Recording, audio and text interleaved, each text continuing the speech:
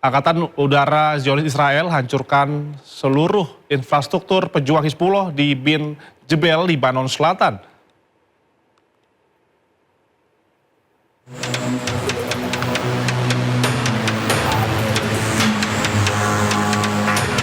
Serangan-serangan tersebut dilakukan sebagai respon terhadap serangan yang dilakukan Hizbullah ke pasukan Zionis Israel. Sebuah truk milik Hizbullah teridentifikasi oleh Israel sedang memindahkan senjata dan dihancurkan untuk menghilangkan ancaman ke Zionis Israel. Akibat serangan tersebut, ledakan sekunder terdeteksi dan menunjukkan adanya senjata di dalam truk.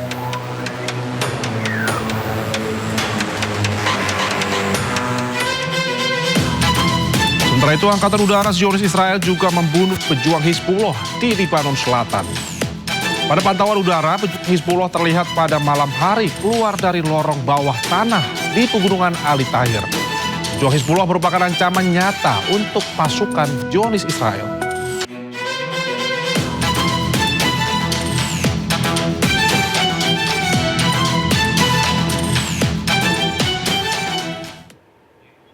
Pasukan Zionis Israel terus melakukan agresi militernya di Lebanon Selatan.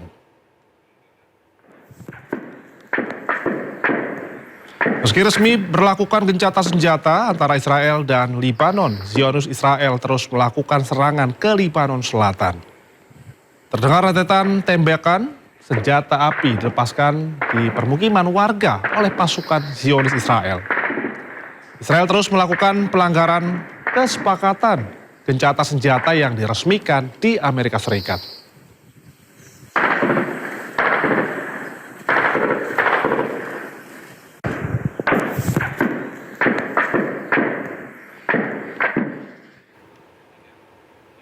Kita ke informasi lainnya, pemirsa, sejumlah wilayah Catalonia, Spanyol dilanda kebakaran hutan akibat cuaca panas ekstrim.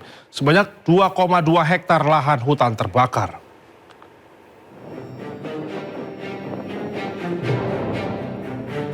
Petugas pemadam kebakaran terus berupaya memadamkan kebakaran hutan yang melanda La Bisbal de Empordà, tepatnya di timur laut Spanyol. Kolom asap tebal membumbung di atas perbukitan dengan api berkobar di sepanjang wilayah.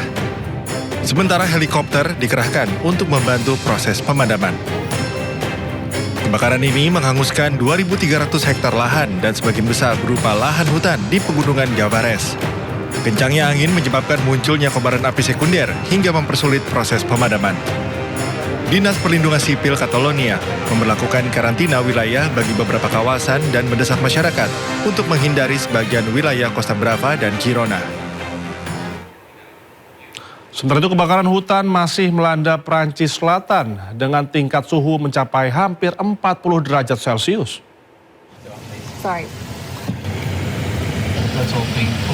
Kebakaran hutan melanda wilayah Prancis Selatan pada hari Jumat saat suhu meningkat drastis. Kobaran api merembet di atas tumbuhan kering dengan kepulan asap membumbung tinggi. Prancis kembali berada pada situasi peringatan cuaca panas. Meteo Prancis memperkirakan suhu mencapai 34 hingga 38 derajat Celcius.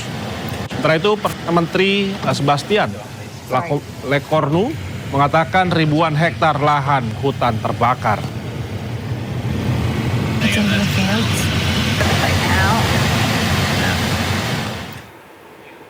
Aksi yang berujung bentrokan dengan aparat terjadi di kota Erfurt, Jerman, saat ribuan pengunjuk rasa memadati jalanan untuk menolak konferensi Partai Federal Alternatif untuk Jerman.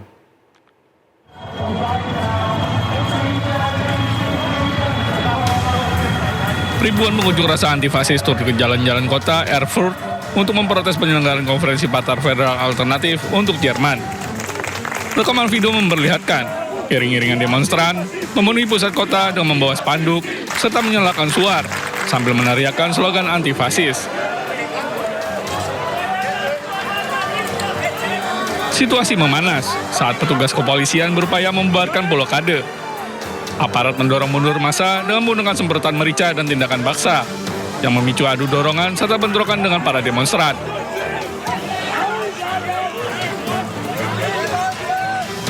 Menurut laporan, lebih dari 30 aksi demonstrasi terdaftar di Erfurt sepanjang akhir pekan berlangsungnya konferensi partai AfD.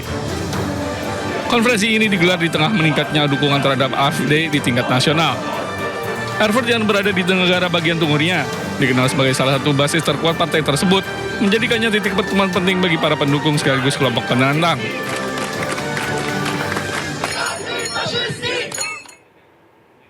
Ya pemirsa, gelombang serangan drone kembali mewarnai medan tempur di Ukraina Timur. Rusia mengklaim berhasil merebut Konstantinovka, salah satu titik pertahanan strategis Ukraina di Donetsk.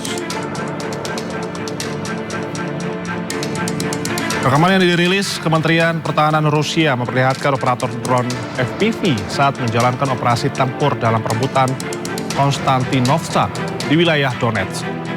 Dalam video tersebut, sejumlah drone terlihat meluncur menuju sasaran, kemudian menghantam posisi yang diklaim sebagai pertahanan pasukan Ukraina. Sebuah kendaraan tempur infanteri juga tampak menuju target serangan dari udara. Moskow menyatakan pasukannya kini telah menguasai Konstantinovka secara penuh. Wilayah ini disebut sebagai salah satu benteng pertahanan terkuat di Ukraina.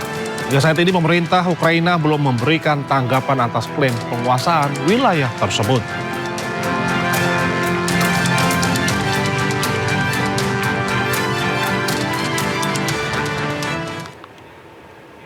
Langit di atas Gunung Rushmore berkilau oleh ribuan letusan kembang api saat Amerika Serikat memulai rangkaian peringatan 250 tahun kemerdekaannya.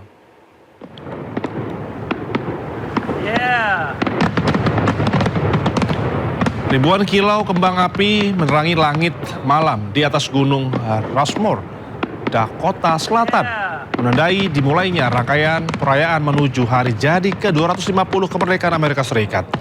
Rekaman video memperlihatkan semburan kembang api berwarna merah dan putih dan emas mekar di atas monumen ikonik. Pertunjukan ini menjadi yang pertama kali digelar di Gunung Rushmore sejak tahun 2020.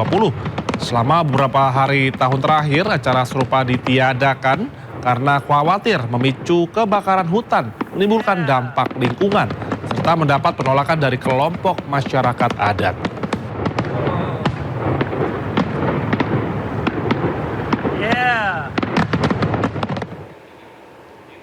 Kita ke informasi lainnya pemirsa, ajang Miss Jakarta Fair kembali digelar untuk ke-19 kalinya sebagai salah satu rangkaian acara Jakarta Fair Kemayoran 2026. Tak sekedar menampilkan pesona para finalis, kompetisi ini menjadi wadah bagi generasi muda untuk mengembangkan bakat, kepercayaan diri, dan juga karir dunia profesional.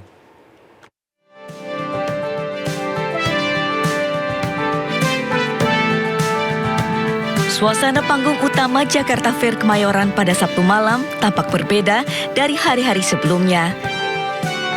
Selain dihibur penampilan musik, ribuan pengunjung juga disuguhkan malam puncak Miss Jakarta Fair 2026 bertajuk Let Your Inner Beauty Shine. 10 finalis terbaik tampil setelah berhasil menyisihkan puluhan peserta melalui serangkaian seleksi seperti coaching class dan berbagai tantangan untuk mengasah karakter, kemampuan komunikasi, kepercayaan diri, serta kepedulian sosial. Kompetisi yang awalnya ditujukan bagi para sales promotion girl ini telah menjadi bagian dari Jakarta Fair selama hampir 2 dekade. Kini ajang tersebut terbuka untuk umum. Dalam 5 tahun terakhir, sejumlah finalis Miss Jakarta Fair berhasil melanjutkan langkah ke berbagai ajang kecantikan nasional dan meraih prestasi. Ya memang sejak aku rasa kita sudah menyelenggarakan Jakarta Fair berhubungan dengan Miss Jakarta Fair kurang lebih sudah hampir 20 tahun.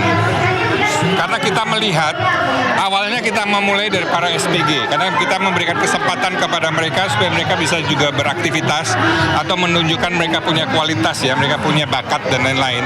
Tapi dari tahun ke tahun kita kembangkan lagi, kita bebaskan gitu. Jadi dari manapun boleh ikut. Puji syukur kepada Tuhan karena saya telah menjadi bagian dari Miss Jakarta Fair 2026. Semoga kedepannya saya harap saya akan terlibat dalam perubahan yang lebih baik. Kedepan penyelenggara juga berencana berkolaborasi dengan pemerintah Provinsi Jakarta dalam rangka menyambut peringatan 500 tahun Kota Jakarta melalui berbagai program menarik. Dari Jakarta, Stephen Patinama, Yudi Richard, iNews melaporkan. Komando Cadangan Strategis Angkatan Darat atau Kostrad menggelar ajang lari massal Kostrad Run 2026 di kawasan Silang Monas, Jakarta Pusat pada Minggu pagi. Sejak pukul 5.30 waktu Indonesia Barat, sekitar 10.000 peserta sudah memadati area start. Mereka berkompetisi di 2 kategori, yaitu 5 km dan 10 km untuk memperebutkan total hadiah 300 juta rupiah beserta ratusan door prize menarik. Guna mendukung kelancaran acara, Dinas Perhubungan DKI Jakarta memperlakukan rekayasa lalu lintas situasional. Sejumlah ruas jalan utama seperti Jalan Medan Merdeka Barat, Medan Merdeka Selatan, Bonsirih, dan juga Jalan Kiai Haji Wahid Hashim dialihkan sementara. Selain itu, operasional Transjakarta juga mengalami modifikasi rute. Koridor 9 dan 13 dialihkan via tol dalam kota, serta tidak melayani halte di area Monas, Balai Kota, dan juga Gambir. Namun saat ini jalur kembali dibuka normal setelah selesai acara pukul 10 pagi tadi.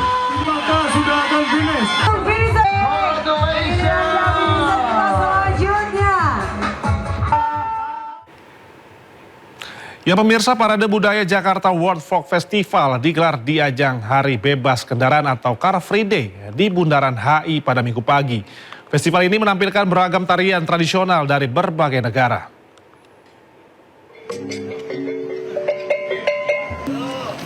Semarak Hari Bebas Kendaraan atau Car Free Day semakin bertambah dengan Parade Budaya Jakarta World Folk Festival yang digelar di Jalan Sudirman Tamrin.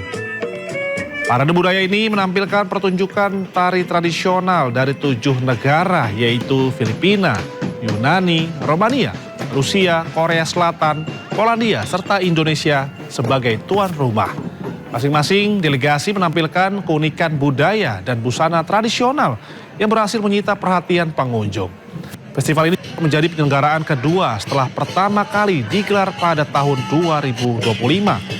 Jakarta World Folk Festival diharapkan dapat menjadi wadah untuk memperkuat diplomasi budaya antar bangsa, sekaligus menumbuhkan kepedulian masyarakat dalam melestarikan warisan budaya.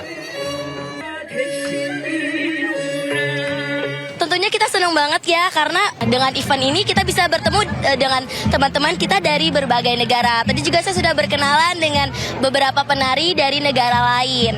Kita menampilkan tarian Bandrong ing Cilegon, salah satu tari tradisional dari kota Cilegon, Banten, yang tentang jawara, tentang pendekar, karena Cilegon ini terkenal dengan silat ya. Ya pemirsa, masih dalam kali sekolah, sejumlah lokasi wisata masih dipadati pengunjung, termasuk Taman Mini Indonesia Indah. Di lokasi miniatur Indonesia ini juga digelar beberapa festival budaya, diantaranya Festival Angklung dan Festival Budaya Betawi. Untuk mengetahui situasi terkini, keseruan berwisata bersama keluarga di Taman Mini Indonesia Indah, Jakarta Timur, kita sudah akan sapa rekan Hadisti Arifa bersama juru kamera Fihir Fauzia. Selamat siang Hadisti, bagaimanakah keseruan liburan di sana? Silakan Hadisti.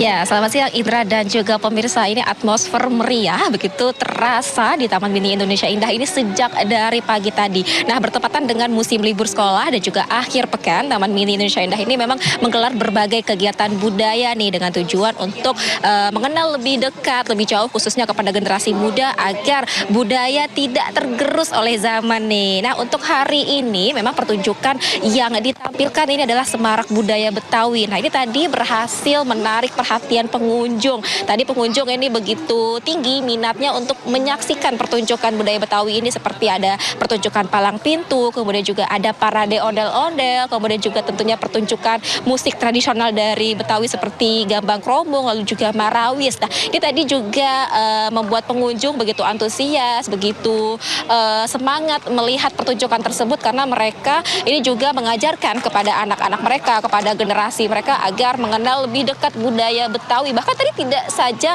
dari kota Jakarta saja, namun juga banyak pengunjung dari berbagai daerah, dari berbagai wilayah, tentunya dari berbagai suku. Mereka juga mengenal budaya Betawi ini. Nah, kita lihat bagaimana di sini keramaian suasana di Taman Mini Indonesia ini. Pengunjung terus berdatangan sejak pagi tadi dan hingga siang hari ini. Karena memang Taman Mini Indonesia ini bukan hanya sekedar menjadi wahana rekreasi saja, namun tentunya juga mengusung edukasi. Nah, karena di sini anak-anak khususnya memang mereka bisa berlibur sekaligus belajar, karena banyak sekali di sini area atau spot-spot yang bisa menjadi pusat edukasi nih bagi para pengunjung, khususnya bagi anak-anak, seperti banyaknya atau tersedianya anjungan dari seluruh tanah air. Tentunya ini bisa menjadi edukasi bagi pengunjung. Mereka bisa mengenal berbagai budaya, berbagai adat di tanah air ini. Nah, nantinya ini akan semakin sore tentunya pasti akan semakin ramai dan akan banyak juga kegiatan-kegiatan lain yang disuguhkan kepada para pengunjung. Juga akan ada nanti workshop yang bisa diikuti oleh pengunjung, khususnya anak-anak. Mereka juga akan diajak untuk mengenal lebih jauh budaya Betawi tadi yang seperti saya sampaikan. Mereka juga akan nanti mengenal seperti apa kulinernya. Kemudian juga akan ada kegiatan lain seperti melukis batik dengan motif ondel-ondel dan juga motif dari budaya Betawi, serta juga pertunjukan-pertunjukan lainnya yang tentunya ini akan menjadi perhatian, menjadi daya tarik bagi para pengunjung yang berlibur ke Taman Mini Indonesia Indah ini. Demikian, Indra. Baik, terima kasih rekan Hadisti Arifa dan juru kamera Fihir Fauzia telah melaporkan langsung dari Taman Mini Indonesia Indah, Jakarta Timur. Selamat bertugas kembali rekan-rekan.